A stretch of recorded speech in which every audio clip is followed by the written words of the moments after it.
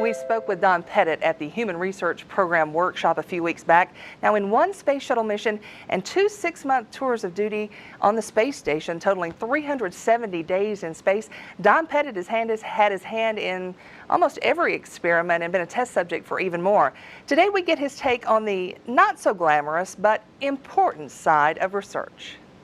We're hearing a lot about what the researchers want, but we're kind of interested in what's it like on the other side of things. They want you guys to volunteer for this research. What's that like? It comes with the job. We're guinea pigs, but that's part of our job. If you want to fly to space station, it's a scientific research lab. You have to expect that you're going to be stuck with needles and have instruments taped all over your body and have all different kinds of blood and spit and urine and things like that collected. And then after flight, there's going to be biopsies, muscle biopsies, and all kinds of other things like that. And that's just part of the job. But it's for a purpose and a great cause. It is. And you look at what we learned from early transoceanic exploration, vitamin deficiencies, things like that. Crew members didn't necessarily volunteer for these things, but they were very much part of the data collection process that led to the scientific discoveries of vitamins and their impact on your diet.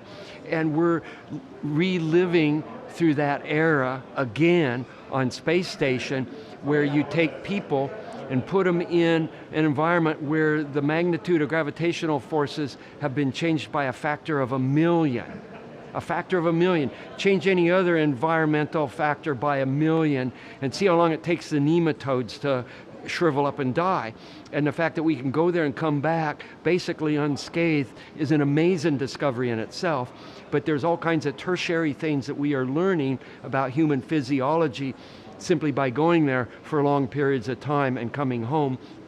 And we are prying this information literally from the souls of those explorers that go off into the wilderness. And this is what's going to give an incredible benefit to all the people on the planet that stay firmly rooted on terra firma. You have not. You've been to space station twice. What did you learn physically about yourself, and what keeps you coming and being a part of this program? I feel like I was born to live and work in space. It is the environment where I really excel at. And there's just this glow inside of me that is intensified whenever I'm off of the planet. Of the research that you performed, I guess, on yourself, others drew blood or whatever, was there anything that you've learned from that? There are examples where we're collecting data, and any one person's data by itself isn't so significant, but you collect 30 or 40 crew members worth of data over 10 years, and now you have a scientific data set. And so there are many examples of that, from nutrition experiments that we're doing, where we're looking at high sulfur protein versus low sulfur protein on the diet and potential for decalcifying your bones.